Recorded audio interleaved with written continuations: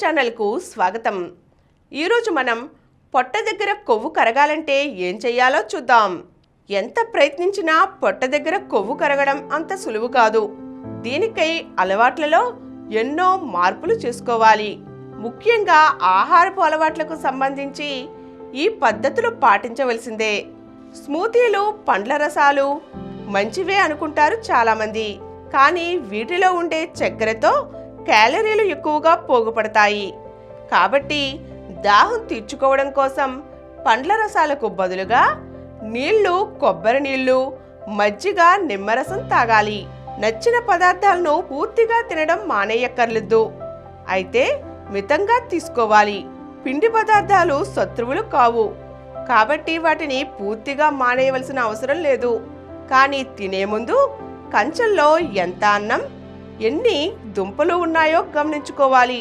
పిండి పదార్థాలు తక్కువగా, మాంసకృతులు, పీచు ఎక్కువగా ఉండేలా చూసుకోవాలి. కడుపు మాడిస్తే ఖచ్చితంగా పొట్ట చదునవుతుంది. కాబట్టి కడుపు నిండా తినడం మానేసి కాస్త ఖాళీగా ఉంచుకుంటే మంచిదే. తినే కొద్దిపాటి ఆహారంలో సంపూర్ణ పోషకాలు ఉండేలా మాత్రం చూసుకోవాలి.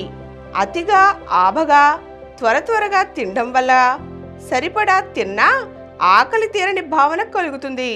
కాబట్టి మనసు పెట్టి ఏకాగ్రతగా నెమ్మదిగా తినాలి. ఫోన్లు, టీవీలు చూస్తూ అన్నం తినకూడదు. ఆహారాన్ని బాగా నమిలి తినాలి. భోజనాన్ని సలాడ్తో మొదలు పెడితే పొట్ట సగం నిండిపోయి మిగతా పదార్థాల మోతాదు తగ్గుతుంది. ఈరోజు మనం పొట్ట దగ్గర కొవ్వు తరగాలంటే ఏం చెయ్యాలో తెలుసుకున్నాం కదండి. మరో చక్కని అంశంతో మళ్ళీ కలుద్దాం.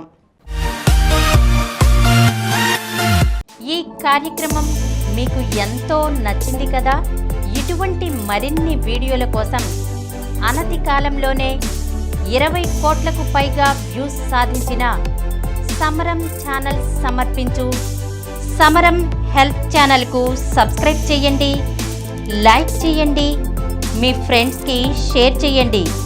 అలాగే ప్రక్కనున్న గంట సింబల్ని ప్రెస్ చేయడం మర్చిపోకండి.